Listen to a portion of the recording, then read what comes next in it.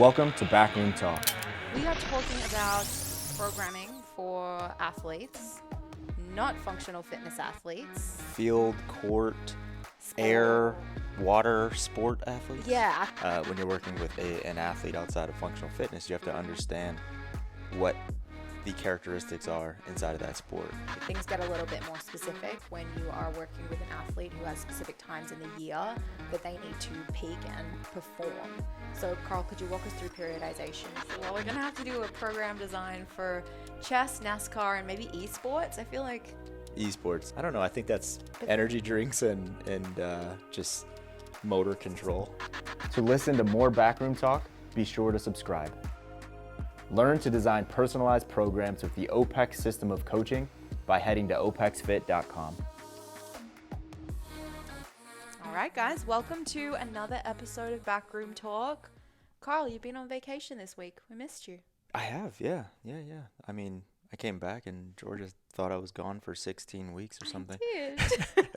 Yeah, we were gone for a couple days. Yeah, it was a nice little spring break getaway. Where'd you guys go? We went to Sin City, but we didn't do anything sinful because we had a 4 and 9-year-old with us. And that was my first time to Vegas, so it was a good time. What's your Vegas review? Would you go back? Yeah, for sure. My review is all based on what the boys say. So as we were leaving, they were both like, we can't wait to come back. So yeah, there were still some things that we didn't do that we wanted to do. So yeah, we'll go back for sure. Stay at a different hotel/resort. Yeah, it'll be cool. Awesome. Did you train while you were away? I didn't ask you that. I Check out didn't. the gym? I intentionally did not at all. We just walked like 10 miles a day. But yeah, I just wanted to take it as a natural deload and not do anything in resistance or anything like that. So just really focused in on hanging out with the family. So that's all I did. I worked, but before the sun came up. So as soon as one of the little guys woke up, I closed the laptop and just spent time with the family. Very nice. Did you have a bit of a tough week prior to that, before the deload? I mean, we did the assessments. Yeah, so. we did the assessment stuff, but no, I was okay. Yeah, Okay. I mean, I didn't need a deload or anything like that. Just time-wise, I just wanted to take a step back and spend time with the family. It's important. Yep. It's important. Yep. Well, we are talking about programming for athletes, not functional fitness athletes. Field, court, air, water, sport athletes? Yeah, athletes who are not doing the CrossFit, mixed modal, functional fitness thing. And we were we're sitting here trying to figure out the best terminology to lump all of those people together without excluding them. Like if you say field sport, what about people who play in a court, like you said? What about, someone who plays on what's another thing that people play? What you do, BJJ. I guess so, that too. On a mat. We thought about team sports, but Sport disc. Sport disc, that's I guess that's an individual sport. Yeah. Sort of. Yeah, we played sport disc with multiple people, and I guess if you're playing like ultimate, that's a team sport. Yeah. So Is it called ultimate sport disc or is it ultimate frisbee? I think it's ultimate frisbee. So why is it called sport disc when you're hitting the thing? I don't know, guys. This is a little bit of an inside joke. This whole sport disc thing. My husband pulled out a frisbee. For a casual game of frisbee, but insisted that the proper terminology was sport disc. So it has hence been known as a sport disc around OPEX. Just for Jacob, it's actually a frisbee.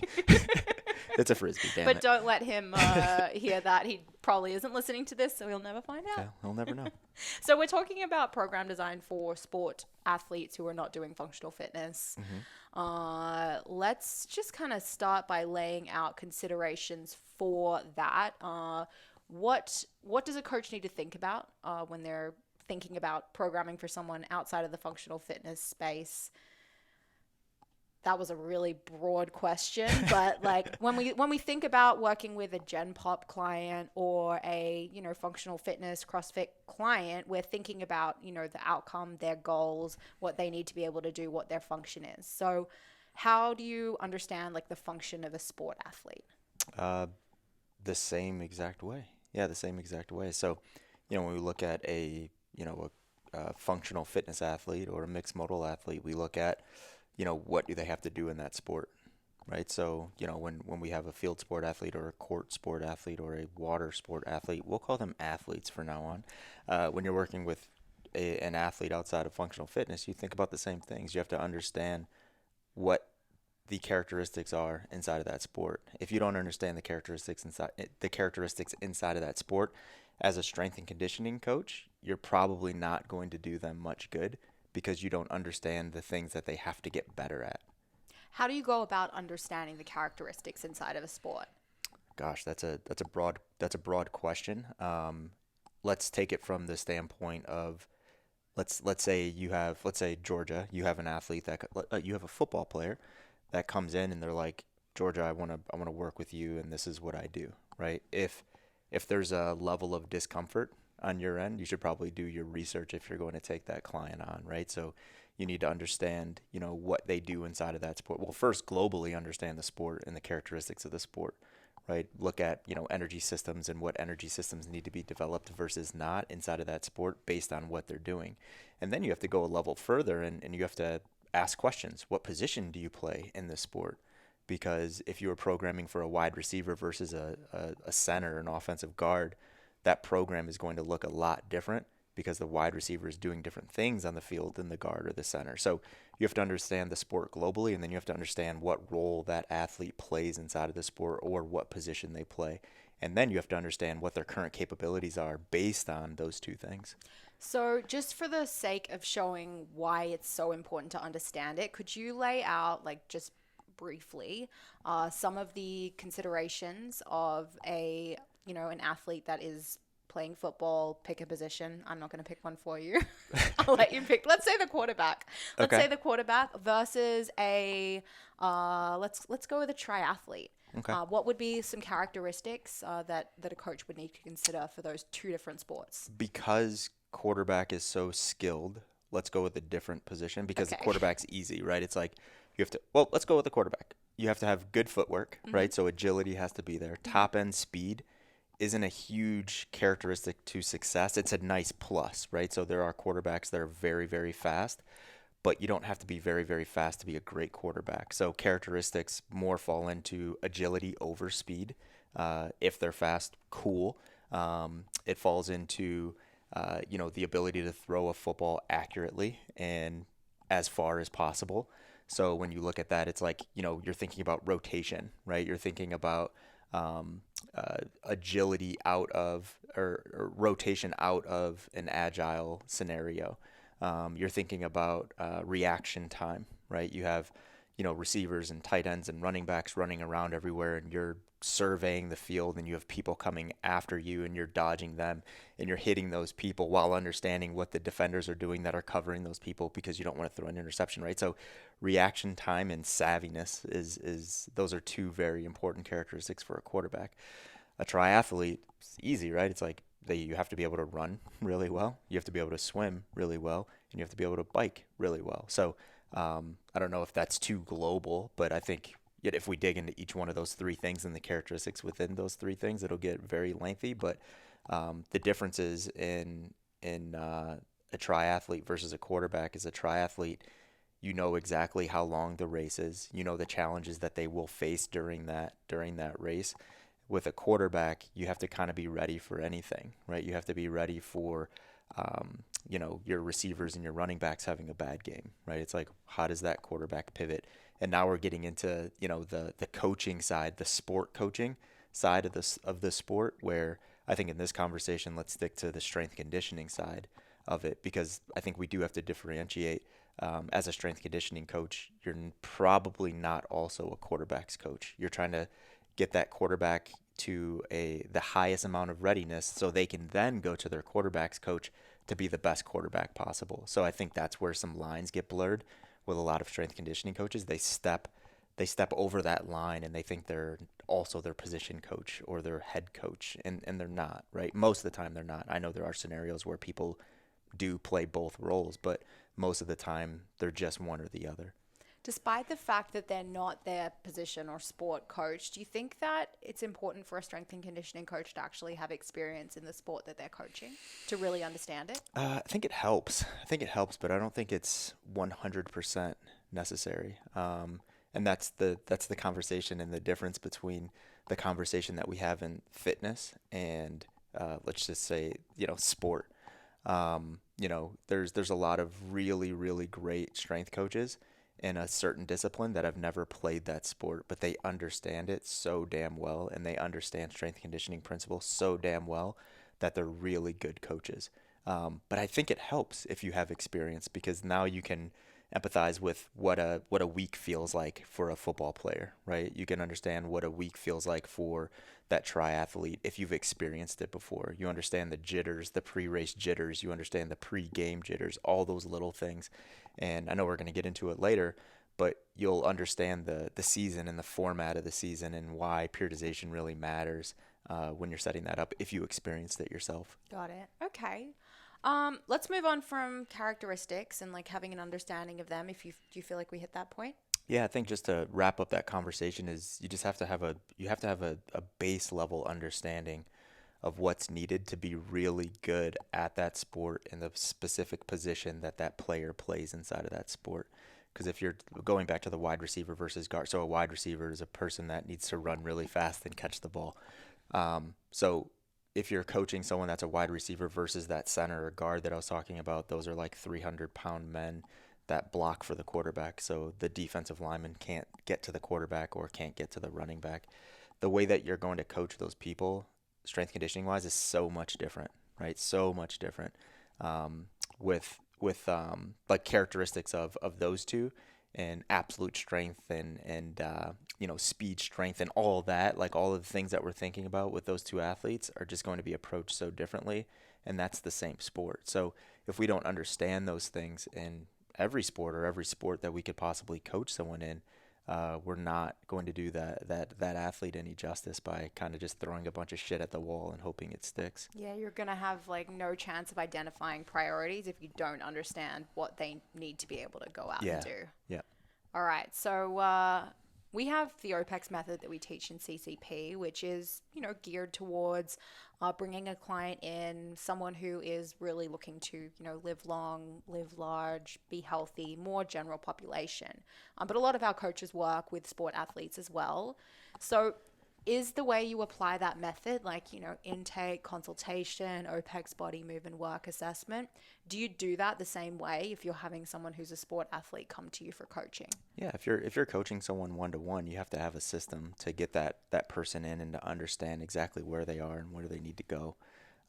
So to be short with it, I'll say yeah, but to be a little bit longer with it, I'd say that, if you have someone coming in the 10-minute assault bike, which is what we use for work capacity testing, if that's what's sitting there, it's like, yeah, you can do that with everyone, but I would also add some additional FMEs or some additional tests based on the characteristics that we just talked about just a minute ago, right? So, basic characteristics for a triathlete. What do you need to know, right? Like, you need to know their time trials, right? You need to know how good they are at each one of those things. Characteristics for football, man, the NFL is still trying to figure this out. It's like, is it a 40-yard dash? Is it how many times they can rep out 185 or 225 on the bench press? Is it a broad jump? Is it an agility shuttle? Like, what is it?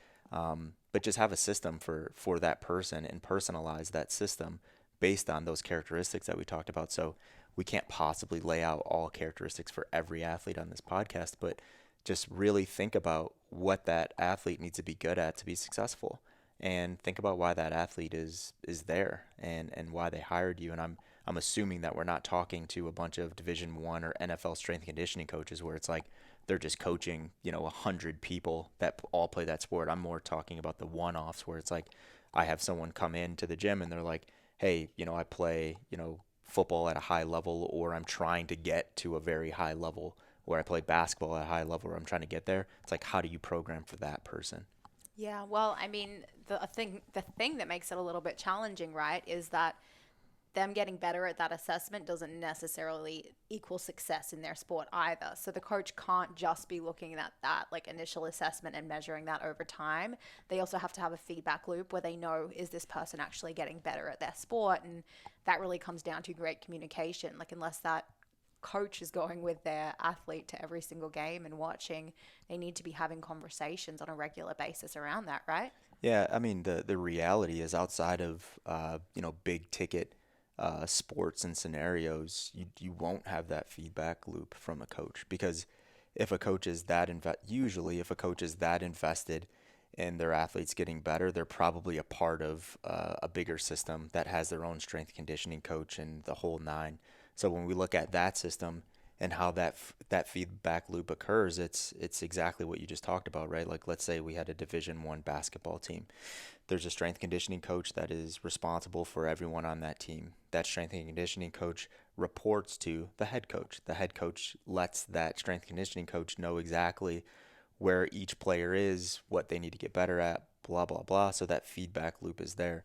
But if someone comes in and they're like, hey, George, I want you to coach me because I'm trying to make it here or I'm here right now, they probably don't have that support behind them. They probably don't have the coach that you can jump on a phone call with and ask, like, okay, we have Brian here, give me the down low on Brian. What does he need to get better at? Blah, blah, blah. Because Brian is probably trying to either make it somewhere or he doesn't have a system in place right now where that feedback loop is going to be available. So the feedback loop is going to be you assessing Brian, understanding the sport and the characteristics in the sport. And I don't know why the hell I picked Brian. And Brian telling you, where he's weak, right? Because as athletes, it's like, where you're not good, right? What you have to bump up, right? So asking Brian what those characteristics are that he came to you for to improve, because usually it's not, I'm just gonna, athletes don't come and they're like, hey, I have no idea what I need to do to get better. I want you to figure that out, right? Usually they're like, there's this reason why I made the call to come in and talk to you and potentially hire you as my strength conditioning coach. I know that there's, especially when people get to a higher level, almost like a fear and hesitation with coaches in changing things, right? Maybe an athlete has some slightly dysfunctional movement, but they've gotten by with that for so long, and they're maybe performing at a relatively high level or feel like they're doing things well, and the coach, might see something in the movement assessment and feel like a little bit like, should I be changing that? I don't know. Is, the way this is displaying actually beneficial for their sport? Because this, assessment is more set up for, again, people who are training for health. What would you say to that? Understand the human as well, and some traits that lead to improved performance, but on the fitness side we would look at as like discrepancies. I'll give you an example, right? I played with a lot of football players that were unbelievably fast, like 4.3 40s, like that's really, really fast, and that had 42-inch verticals. Every single one of those guys had really, really tight hips, and when they walked, you're like, is something wrong? Are you hurt? Is something wrong with you? Because they're just like wobbling, right? Because they were just so tight and bound up in the calves and in the hip flexors. And, a typical coach would see that and they'd be like, I need to fix that. It's like, whoa, whoa, whoa, calm the hell down. Don't fix that because you're going to make them slower, right? So coaches just need to understand what physical traits or attributes can actually make someone better at their sport as well, right? So if we tried to put everyone in this like bucket of like, we need to all, squat ass to grass and we need to, be able to sit in a couch position for 3 minutes without pain, like all that stuff. If we just slap that on everyone, we're actually going to make worse athletes. Yeah, I mean, it comes down to like normative ranges around body composition as well. Like, I'm sure in football, you've got some guys who are well outside of what we might look at as, health and fitness coaches as a healthy range of body fat, but they need to be that size for their sport. Yep. And sorry, I took a drink of water. If you're if you're listening, it's like, what's this awkward silence and a gulp? Yeah, and I mean, I'm just gonna talk about football a lot because that's what I know really, really well, right? But even you look at, I was talking to James the other day or a few weeks ago, and we were watching the Tampa Bay like Super Bowl celebration, and you see some of those guys, like best skill players in the entire world with their shirts off, and you're like, that guy looks really out of shape. And they're like strong, they're fast, and they're the best football players in the world. So that's a good point on the aesthetics thing. I mean, you will have people that come in and they're just absolute freaks aesthetically, but you also have people that look like they could use a little bit more muscle or they can lose a little bit of body fat. Don't slap those thoughts on every single athlete because you can make them worse. You can make them less resilient. You can make them more injury prone. So it all has to come down to how do they perform on the field. That has to be it, right? Like, is being overweight decreasing, or having a little bit extra body fat decreasing performance on the field? If you're confident that that answer is yes, spend some time losing some body fat. If you're like, no, they're really fast, they move really well, and they're recovering every day, just leave it. Leave it how it is, right? Because there's a lot of stories of, top end or high end athletes that get so connected to this like strength and conditioning thing, and they like find a coach. A good example is this guy named David Boston. He played wide receiver for Ohio State, played in the NFL for a lot of years, signed like $100 million contract, and he was working with Charles Poliquin for a while.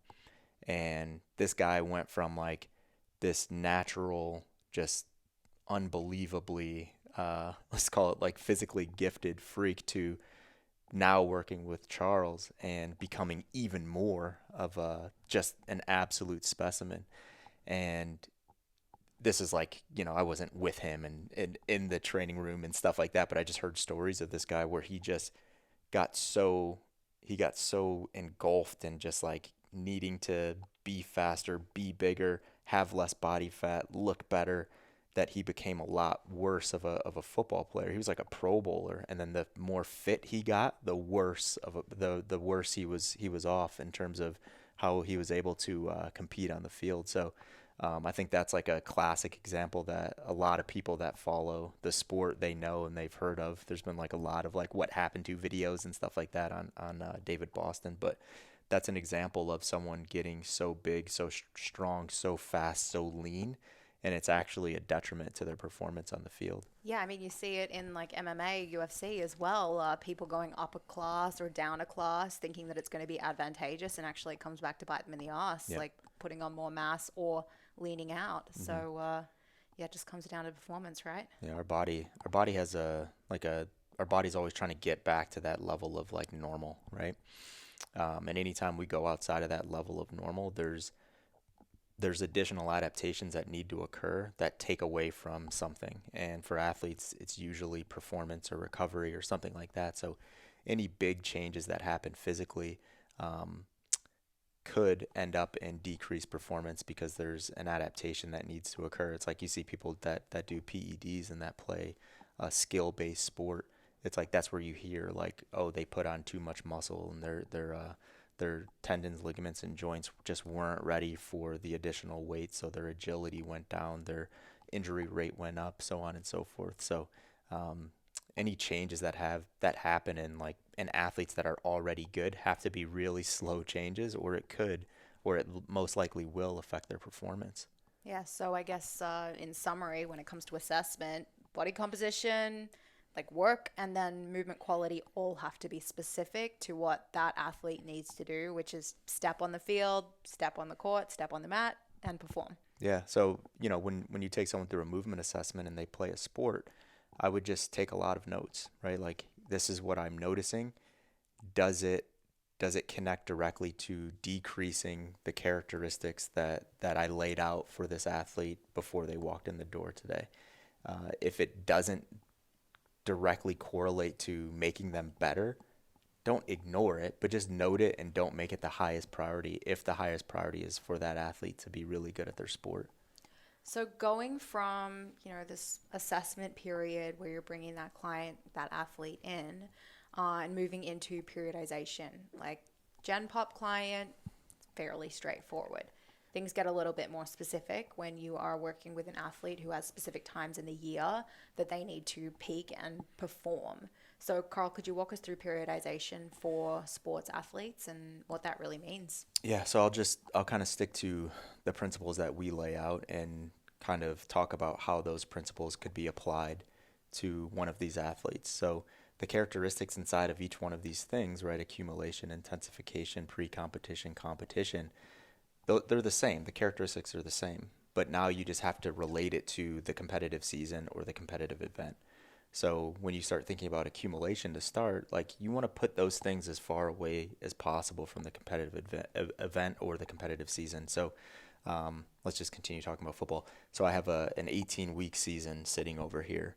I shouldn't be doing accumulation 2 weeks prior to that 18-week season, right? Like accumulation should be all the way over here, and accumulation should be thought about as a way to, shore up any discrepancies in the characteristics that we talked about before, to hone in on skills if there's skill-based things in the gym that those athletes could do, whether it's like reaction time under fatigue, things like that strength conditioning coaches would do, not like on the field stuff. It's an opportunity to build, general preparedness, right? Where it's like you're just getting someone more fit, quote unquote, to get them into the intensity phases and the pre-competition phases. So it's just a precursor to intensity. So you're building the base, right? That's what accumulation is. So it's the same no matter what the sport is. The base is just different depending on what the sport is. And the base is different based on what you're doing inside of that sport.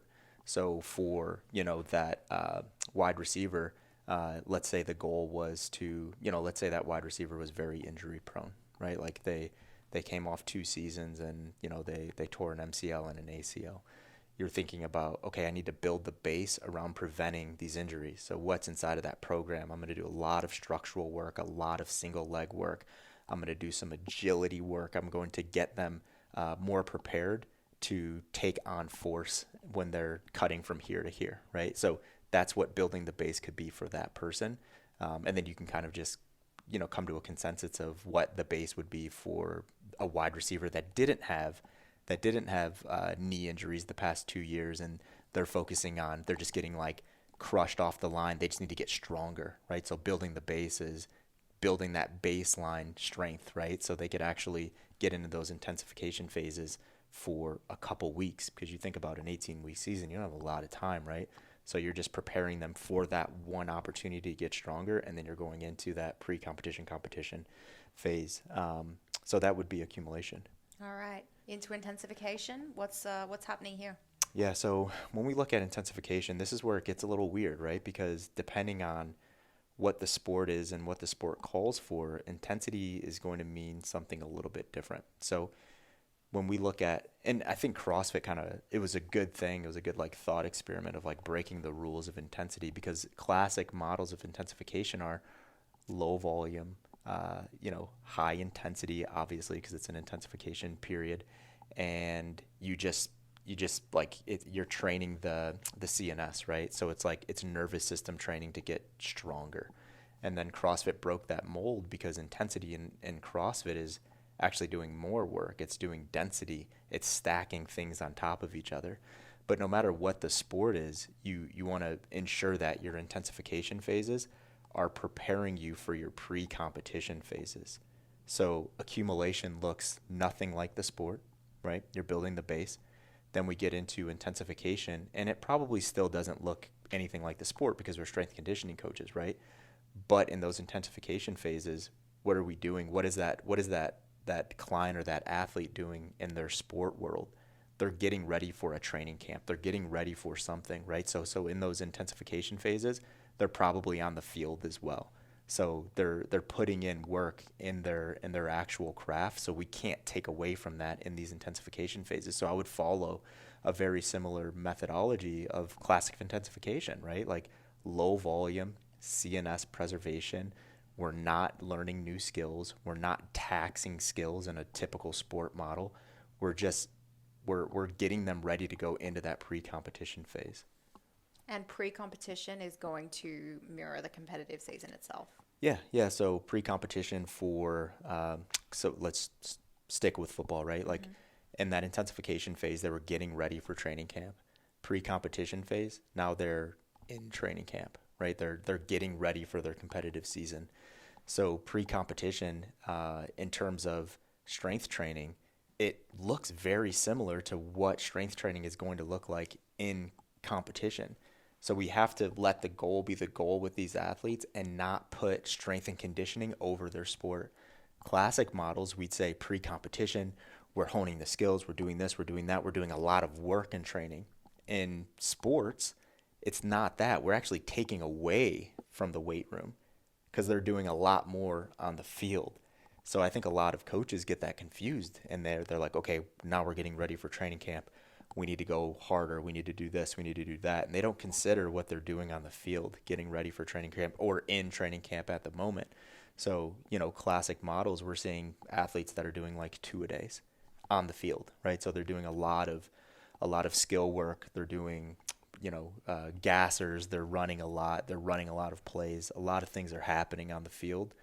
We can't take away from that in the weight room. So we can't just stack a bunch of intensity in the weight room, because what are they going to do? They're going to be in a hole in 2 weeks by the time the season comes, and they're just going to be trying to get out of that hole for the next 18 weeks. So why even do strength and conditioning in that period if they're spending so much time on the field? And what would the goal be for doing? The goal would just be to use strength and conditioning to keep readiness as high as possible throughout the pre-competitive and the competitive phase. That's it. And that means something different for most people, right? So, let's say it was that receiver that had a bunch of knee injuries, right? And they worked on a bunch of structural work, and you really focused on the lunge pattern specifically for that person. It's not losing what you gained in accumulation and intensification, and just, putting them through those patterns to make sure that they don't lose all of the great benefits that they gained. And in reality, a lot of athletes would do better if they limited the amount of time that they spent in the weight room. And they would also have to get so we're going into the competitive phase, but I think that's okay because the pre-comp phase will look very similar to competitive phase, but they're limiting the amount of hours that they're spending in the weight room because it's going to take away from recovery, and they're very, very specific in the days that they're going inside of the weight room. We talk about priority days all the time, right? It's like their priority days is whenever they have a game. Right, so let's say there's that football player that has a game every Saturday, right? When are the best opportunities to get good training sessions in? It's either Sunday or Monday, right? I say either Sunday or Monday because a lot of players don't have the juice to get anything done on a Sunday. Like, they're beat up. They just went through a car wreck. They can't walk on Sunday. So Monday is their greatest opportunity to get in the highest volume of training, and then they have to titrate that down and get ready for that Saturday again. So maybe, you have Monday is their high day, and then you have Wednesday as their medium day, and then you have Friday as like their preparation day, and then Saturday is their game day, and they're just rolling through a split like that throughout the season. And in reality, they're not putting in a lot of work, right? Like, that athlete could have been doing in the accumulation phase, they could have been doing, 2-a-day training 5 days a week, and now they're doing 3 days. One of those days is just like getting them ready for game day, and the other one is like moderate volume. So they're only training really like actual training once a week. That's it. Would you expect athletes to get weaker, less fit in the weight room during that period? It takes a lot. It takes a lot for someone to get weaker. Yeah, it takes a lot for someone to get weaker. So, depending on how we classify less fit, yeah, maybe, but not absolute strength weaker. We don't have a lot of opportunities to test true strength, right? Like, we use force plates and stuff like that to test, like, how much power someone's putting out. But if we were to do classic, like 1 rep max back squats every Monday throughout the 18 weeks, they'll get weaker because they're just less recovered, right? Like, the games take a toll and their bodies are just beat up. But absolute strength wise, not really, right? Especially if they have a well-designed program where they're hitting like, all patterns and they're hitting them fairly intensely once a week, they'll be fine. This is less likely to happen at like a higher level, but with younger and less experienced, maybe less serious athletes who are still spending, a lot of time on the field, putting in a lot of effort there. How does a coach communicate to them that they need to dial it back during their competitive season, and that, being in the gym 5 days a week, hitting it hard is not beneficial, and just set up good expectations for that period? Yeah, I think just for context, I was one of those people. Yeah, I mean, even at higher levels, I was one of those people that I just overdid it. And I always found myself just hanging on for dear life at the tail end of every season, just hanging on.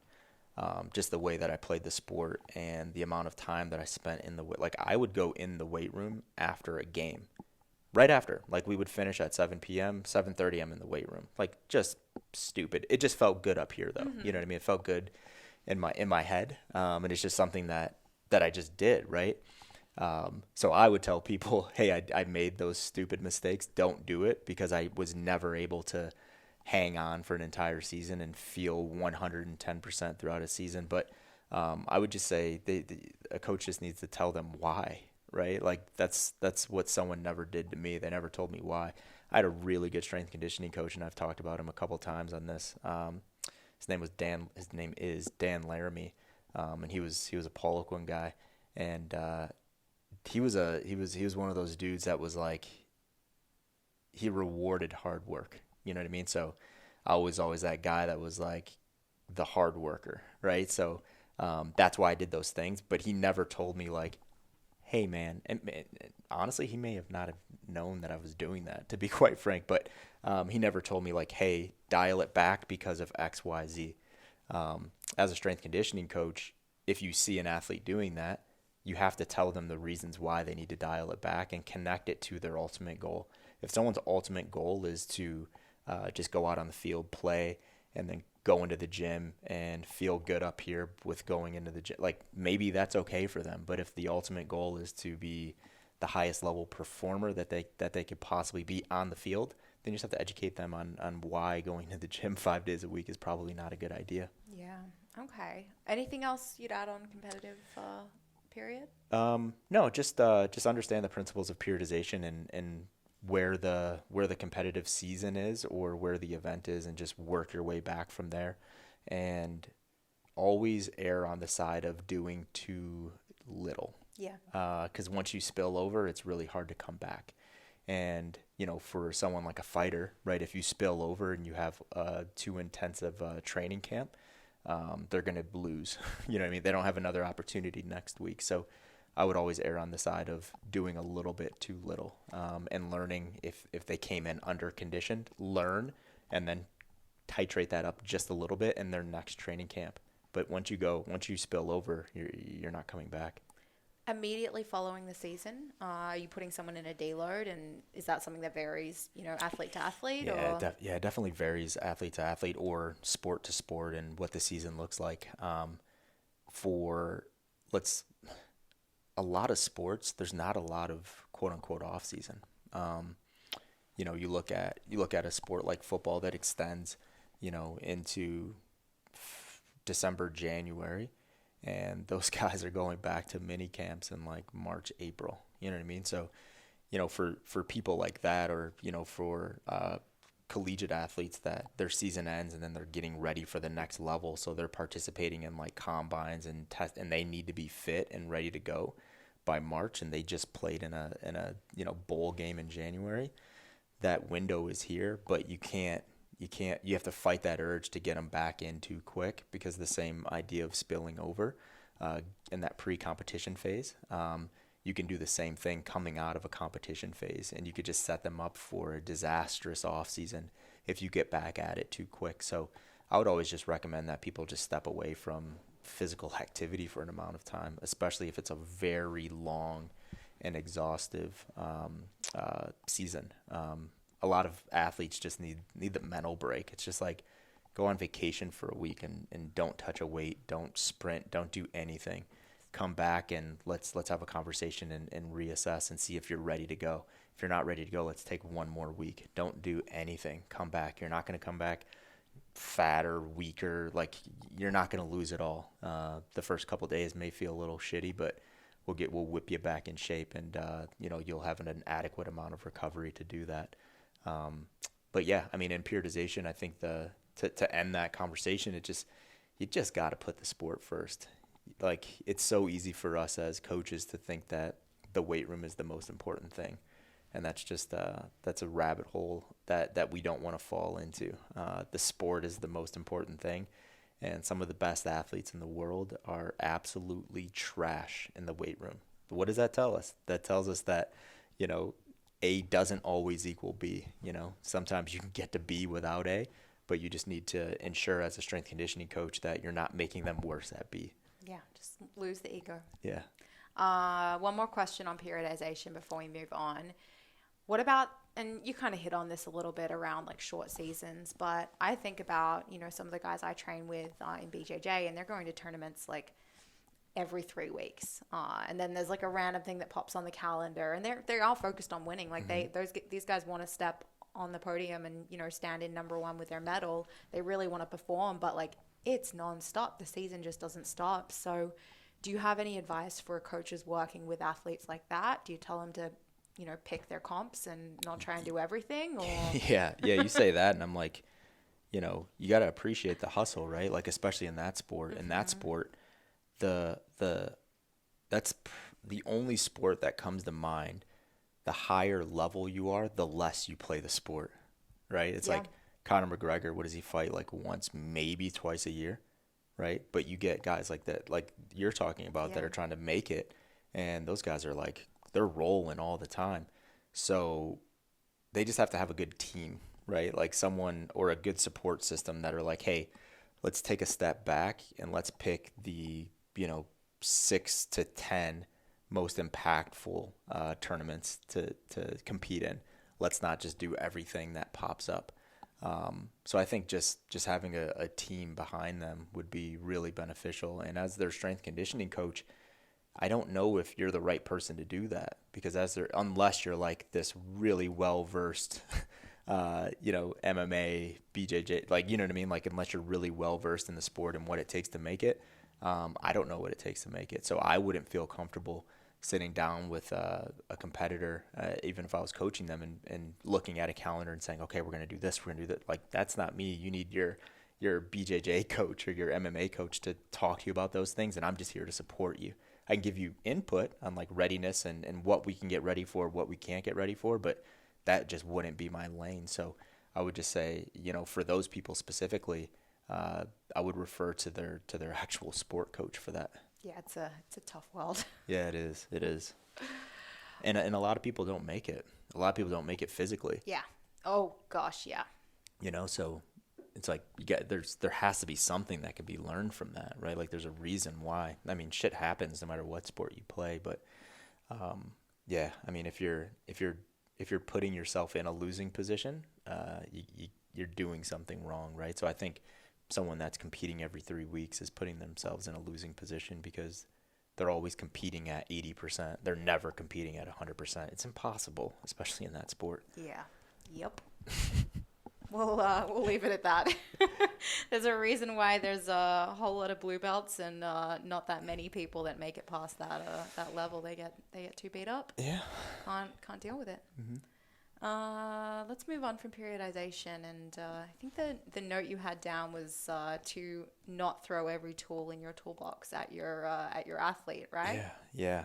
I mean, this is one that's really important for our coaches, for CCP coaches especially. And this kind of blends into our next point, so we can kind of just hit these two together. But yeah, don't think that everyone needs, very robust OPEX sustained progression and, this really robust OPEX pain progression, and don't think that you need to look at that, life gain chart and follow that to a T with all of your athletes and all that. You have to consider who the person is and what sport they're playing. So, I say all that just to say that just because you know things and you understand things doesn't mean you have to use them with all of your athletes. And there's a lot of like controversy in the S&C world where it's like, do you do full variations of the Olympic lifts with all of your athletes? And I'm not getting into that argument, but all I'm saying is a lot of people that are like, or some people that are like, absolutely, you have to do it for joint integrity, for speed, for this, for that. They're just doing it because they understand Olympic weightlifting really, really well, and they want to use it with everyone. So they're just trying to fit every person into this like, yep, I know this thing, so it's going to help every single person that I work with. So I would just say don't be one of those coaches where just because you understand something really well, don't think that it applies to absolutely everyone in every sport. What's the saying? Like when you are a hammer or when you're holding a hammer, everything looks like a nail? Yeah. All right. So It's okay not to try and impress your athletes with the fanciest program following, all of the principles to a T. Sometimes simple is better. Yeah, and sometimes it's done not to impress their athletes, but it's done because that's where we're most comfortable, Mm-hmm. right? We say it all the time, like we all have our own biases, but if your biases don't increase those characteristics that we talked about at the top with that specific client, don't use it. Just don't do it, right? Um, yeah, I would just leave it there. Like don't let your biases make your athletes worse. And you have to have some form of assessment, whether that be something that's happening in the gym, but most likely it's knowing what's happening in their sport to let you know whether or not those biases are limiting them. Yeah, I think, sorry, I'm going way back to the top, but I think the best assessments that coaches can develop in specific demographics is the assessment that they're confident that it mirrors those characteristics and they have a lot of data on it. Data is just really, data is an important thing because it tells us if that assessment is important or not, right? So let's say that, we're working with those football players and the 40-yard dash is like our skill-based assessment for our skill-based players. We're like, you got to be fast. And we notice that, we see this correlation of, really fast athletes not performing well on the field. Then we have to second guess ourselves and say, are we using the proper assessment? Should we just throw the 40-yard dash away, or do we add another assessment on it and try to really dial in, like, whatever your measure of success is, what are the assessments that your athletes are just crushing and seeing the most amount of success? Because if we're just using random ass assessments and saying, like, I want you to be the best at this, you're creating weight room warriors, and we don't want to do that. We want to create people that are really good on the field. And I think that's where a lot of S&C programs go wrong. And I was in every S&C program I was ever in was that. It was like, you need to put yourself on top of the leaderboard. But the people that were on top of the leaderboards in the weight room weren't the people that were, making all conferences, all states, all Americans. Those people were kind of like somewhere in the middle. And they were like, yeah, I'm good. I'm just going to, do a little bit of this and focus on what I need to focus on out here. Yeah, and the other piece inside of data and the importance of it is that, like you said, coaches are biased. We're all subject to our own biases. And it's really easy to justify your biases and find another reason why that 40-yard dash wasn't an appropriate assessment. But if you have those numbers on paper, you can't hide from that. Yep. Whew. Last point on training sport athletes. We're talking principles. Yeah, principles. So I wanted to talk about this specifically for us, for our coaches, and using, sustain and gain and pain and all of that, and trying to apply it to every field sport athlete. And the reality is that you have to understand, based on, again, on those characteristics that stand out, is aerobic work important, right? Is aerobic work going to make them better on the field or on the court? And for a lot of people, for a lot of sports, for a good number of sports, not really directly, but indirectly it could, right? It's like, would a nicely laid out aerobic progression increase recovery? Would it increase blood flow to create more resilient tendons, ligaments, and joints? Therefore, decreasing the risk of injury. Could it make them recover better inside of bouts of whatever sport they're playing, between plays and things like that? The answer is yeah. I think aerobic work is going to help a lot more athletes than it's going to hurt, unless we're so focused on that aerobic work and there's no correlation to the characteristics that we talked about. So an example of that is, like, do you take a football player and take them through a MAP 9-to-1 progression over 8 weeks for everyone? Probably not, right? Probably not. You probably do some MAP 10. That's probably about it. That's the only thing that's going to be beneficial for those athletes. You look at anaerobic work, or, let's call it OPEX pain right now. You look at that work, it's like, is that going to be beneficial for football players? Maybe, right? Like, we look at, if you knew anything about the sport, you know how long a play lasts, right? A play can be from 1 to maybe 6, 7, 8 seconds, maybe max, right? So most of the time athletes aren't running full tilt, full speed for the entire play, but let's say you're in a hurry up offense scenario and the wide receiver is, right? Like they're just running 9 routes or like go routes down the field and then they're sprinting back and they're going again. Can doing exercise or sets or whatever you're doing inside of that time range be beneficial? Yeah, like it can teach them to recover from really hard work. They can use the aerobic system that they developed to recover from that really hard work. Emotionally, they can wrap their heads around like being really tired and having to work. So there's some strategies that you can get into with like incomplete work rest periods and stuff like that when you're in that intensification or pre-competition phase. And you can marry that up really well with what they're doing on the field. So when they go out to practice tomorrow, they actually perform better, not because like there was some physiological thing that happened, but they're just more emotionally ready to take that, and they understand what their limits are. So are you going to take that person through like a, alactic power to lactic endurance 3 build? No, they just don't need to do it because they're not working for 3 minutes as hard as they can at any point, right? Are there some metabolic benefits or recoverability benefits or increasing an aerobic system benefits that they can get from that? Maybe, right? But it's not going to make them better at their sport. So I say all that just to say, like, yeah, you can use all the principles that we teach when you work with field sport athletes. Just be very tactical in how you use them and always have a reason why you're doing something, especially in energy systems training.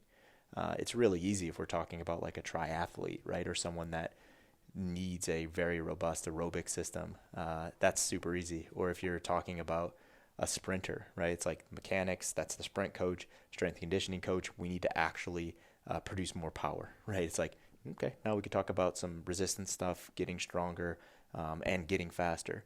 But when we start talking about field sports, a lot of the time that shit's a waste of time, and it takes away from them getting better at the sport. They need to be out there running routes, catching footballs, stuff like that, over in the gym doing sprints on the assault bike for, all the way up into the competitive season. So it's really asking, like, I guess number one, is this potentially taking away from something else they could be working on that would be more beneficial, or taking away from their recovery? And if it's not, great. Number two, is it actually going to be beneficial either for some, obvious sport specific reason that we're going to see, displayed on the field, or for some secondary benefit like blood flow, like recovery? Mm-hmm. Yep. Yeah, I think if we looked at, if you're a strength conditioning coach and you're looking at what is the best thing that I can do for my athlete, it's making them more recovered. That's the best thing a strength conditioning coach can do for their athlete. Make them more recovered. That's it. Because if you look at some of the best athletes in the world, they're spending a lot of money on body work. They're spending a lot of money on, getting the right food in. They're spending a lot of money just to feel good on a daily basis.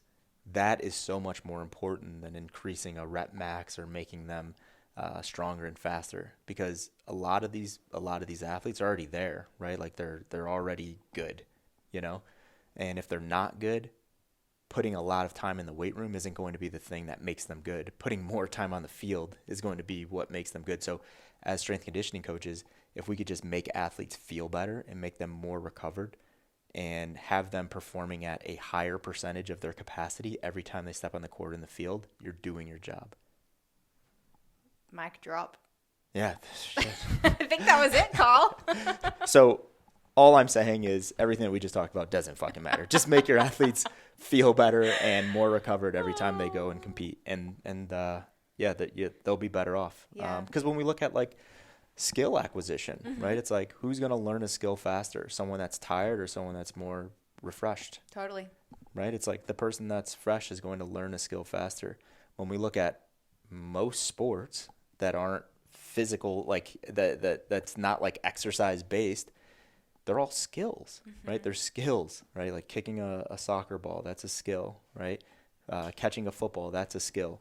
Doing bicep curls isn't going to make you better at catching footballs or kicking soccer balls. So just keep your athletes more fresh, and they'll be able to acquire those skills easier and focus on lifestyle as well, right? Yeah. So everything that we talked about and helping athletes become more refreshed every time that they get on the field, we can't forget lifestyle. Lifestyle, we haven't talked about it once, but it should actually be number one still, even with athletes.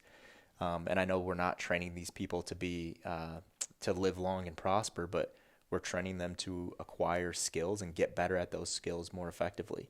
The more sleep they have, the more able they are to be able to acquire those skills or to get better at their sport, right? The more adequate they're fed, right? Like if they're eating enough food and getting the right types of food in, the more capable they are at learning a new skill or getting better at that skill or being more recovered. So I think we just got to focus on lifestyle and keeping people fresh. That was awesome. That's it. That's all I got. Yeah.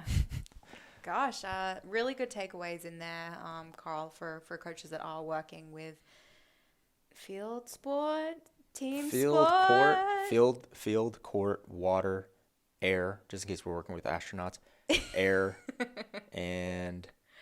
Or acrobats. Track acrobats athletes. As well. Acrobat. Ooh, yeah.